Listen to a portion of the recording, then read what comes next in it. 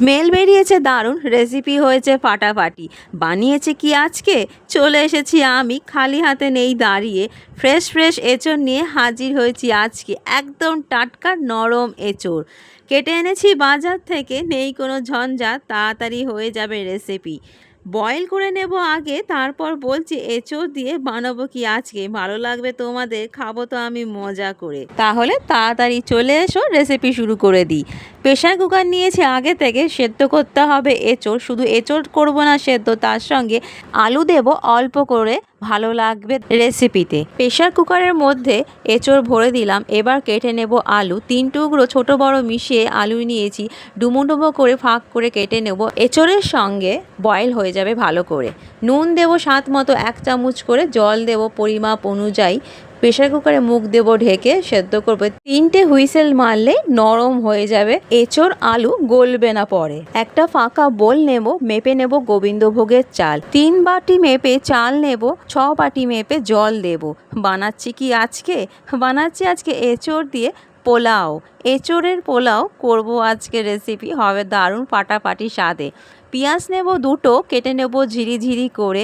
রসুন নিয়েছি বড় বড় 6 কোয়া, পেস্ট হবে 2 চামচের মতো। টমেটো নিয়েছি বড় সাইজের একটা, কেটে নেব আগে, পেস্ট করব পরে। আদা নিয়েছি 2 টুকরো করে, পেস্ট করে নেব একসাথে। রসুন আদা পাকা লঙ্কা পেস্ট করতে হবে ভালো করে। টমেটোও একসঙ্গে পেস্ট করে নেব, আলাদা করে রাখবো। এঁচোড় হয়ে গেছে সেদ্ধ, ঢেলে রাখবো আলাদা করে। আলু নরম হয়ে গেলে গলে যায়নি। এইবার দেখাবো কাছ থেকে, দূর থেকে ভালো দেখা যাবে না পরে। সাদা তেল নিয়েছি, ঘি দেবো মিশিয়ে, ফোড়নে দেবো তেজপাতা, 2টো শুকনো লঙ্কা, গোটা গরম মশলা, গোলমরিচ দিয়ে হালকা করে ফ্রাই করে নিয়ে কেটে রাখা পেঁয়াজ দেবো ঢেলে ফ্রাই করতে হবে ভালো করে। স্বাদ মতো নুন দেবো ছড়িয়ে, মিষ্টি দেবো ব্যালেন্স করে। একটু মিষ্টি দেবো পোলাও হচ্ছে বলে। পেস্ট করে রাখা আদা রসুনের পেস্ট, পাকা লঙ্কার পেস্ট দিয়ে ভালো করে কষে নেব তাড়াতাড়ি করে। গুঁড়ো মশলা মিশিয়ে নেবো, 1 চামচ জিরে গুঁড়ো, 1 চামচ ধনে গুঁড়ো, 1 চামচ কাশ্মীরি লঙ্কার গুঁড়ো, 1/2 চামচ হলুদের গুঁড়ো দিয়ে ভালো করে মিশিয়ে নেব একসাথে।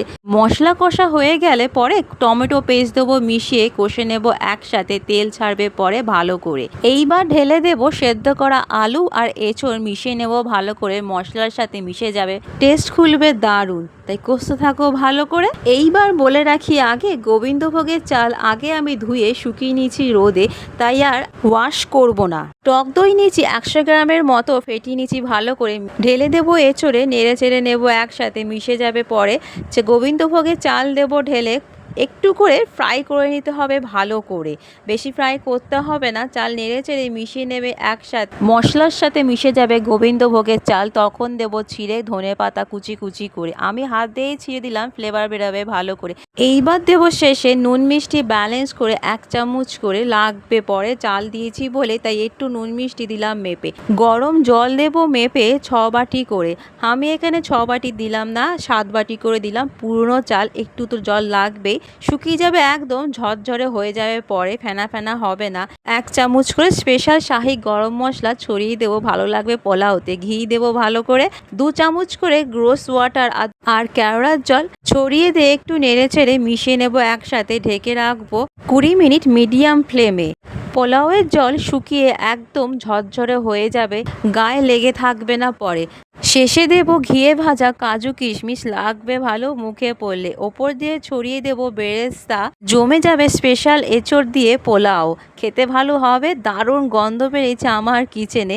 মিষ্টি যদি একটু কম মনে হয় তাহলে দেবে ওপরে আমুল দুধের গুঁড়ো ছড়িয়ে, 3 থেকে 4 চামচ মিশিয়ে নেবে সঙ্গে সঙ্গে। টেস্ট হবে দারুণ, জমে যাবে আজকে স্পেশাল রেসিপি এঁচোড় পোলাও।